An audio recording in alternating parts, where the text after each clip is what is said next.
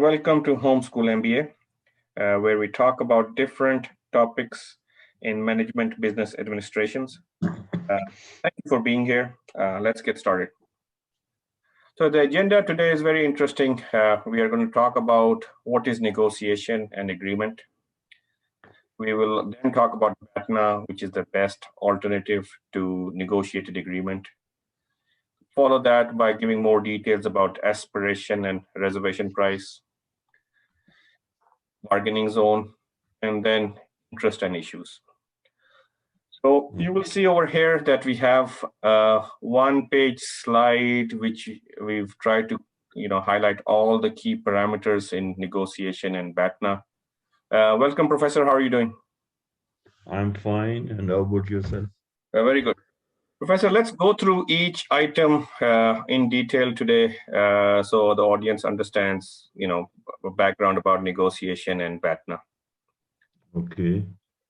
So maybe we can start with, the definition of negotiation. Yeah. Thank you very much. In any case, you have prepared a very good slide, as a matter of fact. Negotiations, as we have been discussing earlier, are a very important factor of management. In this particular talk, we are going to talk about what is negotiation. It is basically a kind of agreement between two or more independent parties, and that mostly satisfies their conflicting goals. It could be to resolve a certain dispute or a conflict or a misunderstanding between the two companies, or if the contract is not being followed properly, one party is not acting the way it should according to the clauses of the contract. So that's where the negotiations come in. And when we talk of negotiations, then the most important part is the proficiency, as you call it. That means the importance, that how to improve negotiation policies by homework, practice, confidence, analytical, and communication skills. Basically, what we mean over here is that how to prepare your case for negotiations, how to, how much can you give and how much are you expecting, and are you, your strategies to achieve goal of win-win or win and lose, and things like that that we have discussed in the past. So that's where the, it starts the homework, the preparation. It's not one person's job over here. Basically, it is the company's job and the team of the team that has been selected for negotiations, maybe of consultants and subject matter experts and the higher management executives and things like that, those who have scientific data with them, and they prepare their case. So that's what we mean developing the proficiency in negotiations. Then there is a term called BATNA, best alternative to a negotiated agreement. Now, what does it mean? What are you going to do if there is no deal? Now, before we get into if there is no deal, there has to be, you have to develop various alternatives.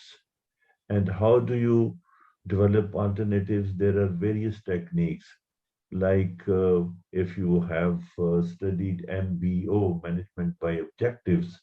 So in that tool, this MBO, developed by Peter Drucker, the business administration guru or management guru, what he said was that you should hold a very kind of serious discussion through a meeting. There are various sittings: first sitting and second sitting and third sitting, first pass, second pass, and third pass.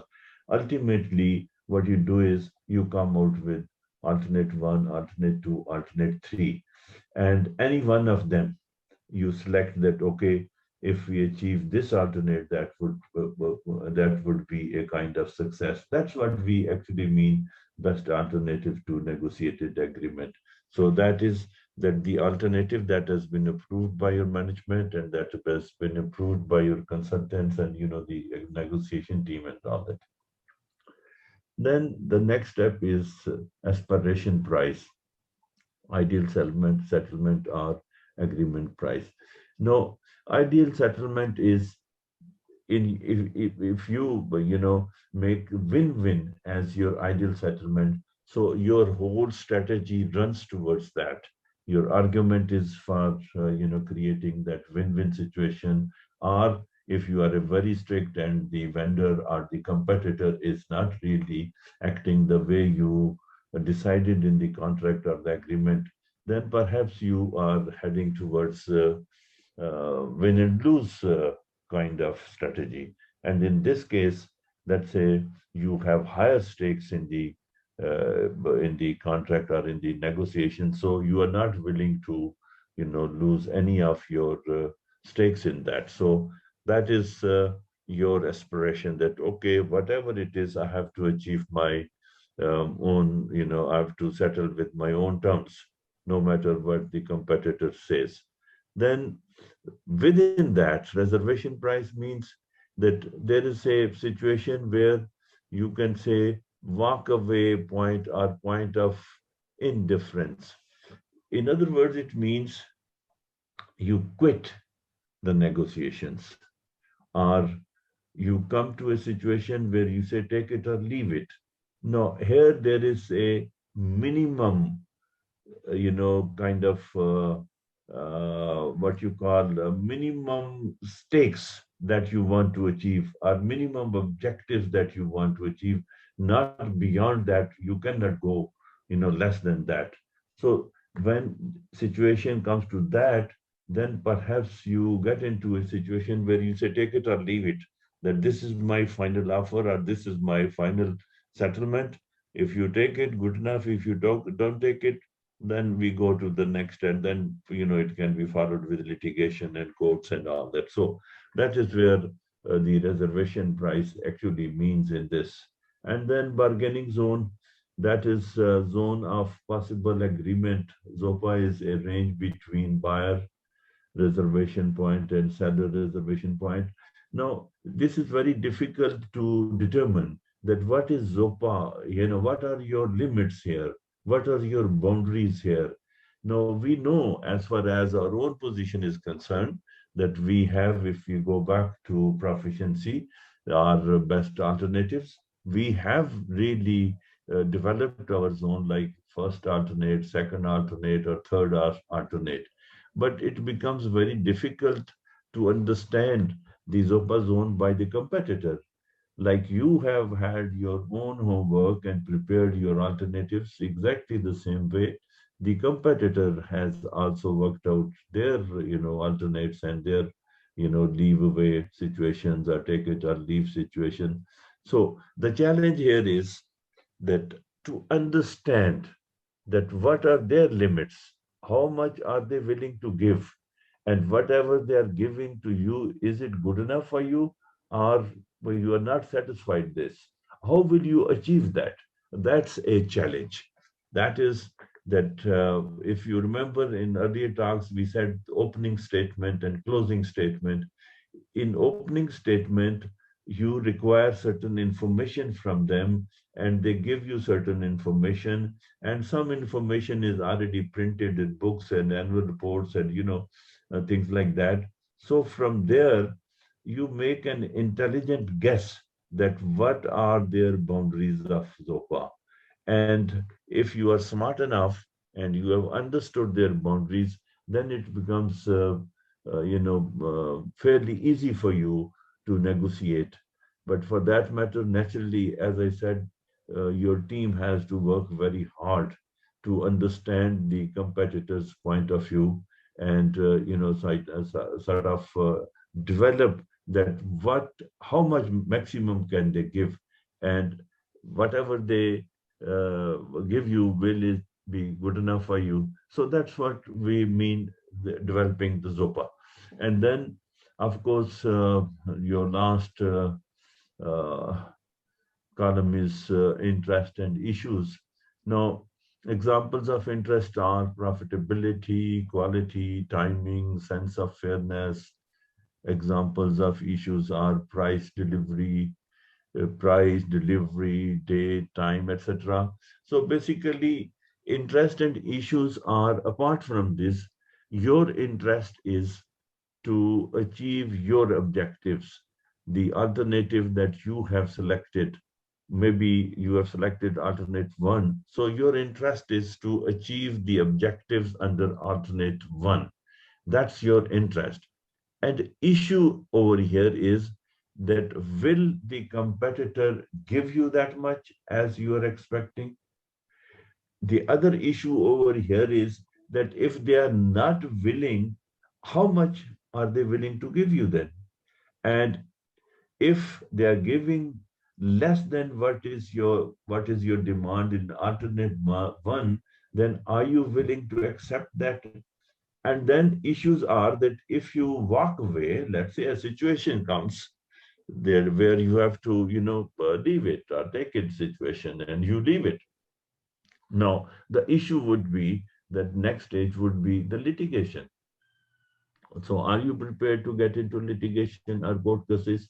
So these are your interests and issues, and these must be properly, I would say, described and properly understood, that what are the issues that you are going to face and how much minimum can you expect. And then when we come to this, now we come to a very important factor where a kind of sellers, what you call seller's reservation value and buyer's reservation value. Basically, what it means is, let's say you are the seller and some other party is the buyer. Means that your point of view, your alternate, your position, and then the other party's position. Like we discussed above, that your expectation and their expectations, they match together or not.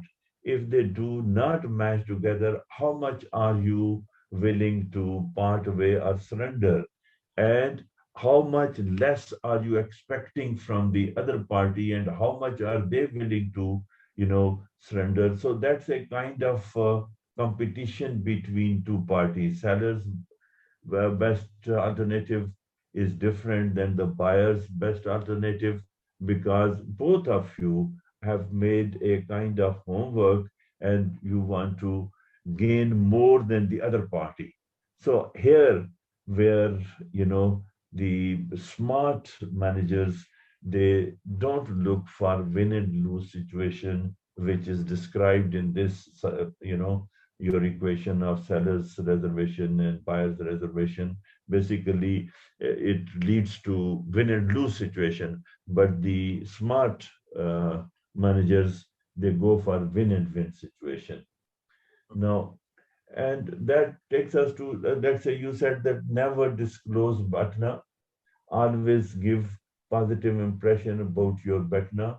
High quality agreement leads to economic success, relation success, and image reputation, creating stability and maximizing efficiency. BATNA is the worst result a party would ultimately achieve if it called off negotiations. No, I don't agree here that never disclose BATNA, because a stage comes over here where you have to disclose that what do you want, and that's your best alternative that you want. So you have to disclose that, look, if you want to continue relationship with us, then this is what we want. And unless you disclose your alternatives, they will not be able to react or answer to that. So when you disclose it, that this is what you want exactly, you spell it out and you specify, then the competitor will come out with their answer to that, or let us say their BATNA. So here you will have to look for the common grounds, and you will have to come close to where both of you, kind of create a win-win situation. And if Professor, you do not do that, let me explain. If you do not do that, then your last VATNA is the worst result a party would ultimately achieve if it is called off. So if you do not come to your conclusion or agreement, then it will lead you to litigation. Yes. so one question I guess, Professor, I have is, at while you are going through the negotiation, at what stage, I mean, do you really just hint at your alternatives, or at what stage do you really say, like when you say, okay, disclose the BATNA? Are we like when you're really close to signing contract, or how does that, you don't It want is to tell them almost upfront on the first time that, oh, this is what I want, right? You want to negotiate. no. You don't disclose BATNA at first starts. You Mhm. keep it to some extent. I agree with you that don't disclose it unless you understand other parties' position during the negotiations. When you are giving your opening statement and they are giving their opening statement, and you are discussing with each other, that now trying to find out the common grounds and trying to understand each other's position. So a stage comes where you have almost understood each other's position, that how much they're willing to give, and whatever they're giving, is it enough for you, and vice versa. Mhm. So when situation comes over here and you feel that no, at this stage, I must explain them that perhaps your best is too little for me, and vice versa. I see. Here you have to give your best, that this is what I am expecting. That's where the BATNA is to be disclosed, that this is minimum. If you agree with us, good enough. If you don't, then we are in a situation where take it or leave it, and then next stage would come. That's where you should disclose better. Okay. Yes. Thank you, Professor. Audience, hopefully you liked it. This is very interesting. A quick overview of the whole negotiation and BATNA process. Um, thank you for watching. Please like and subscribe to all our social media. Professor, thank you. Till we meet again. Thanks a lot.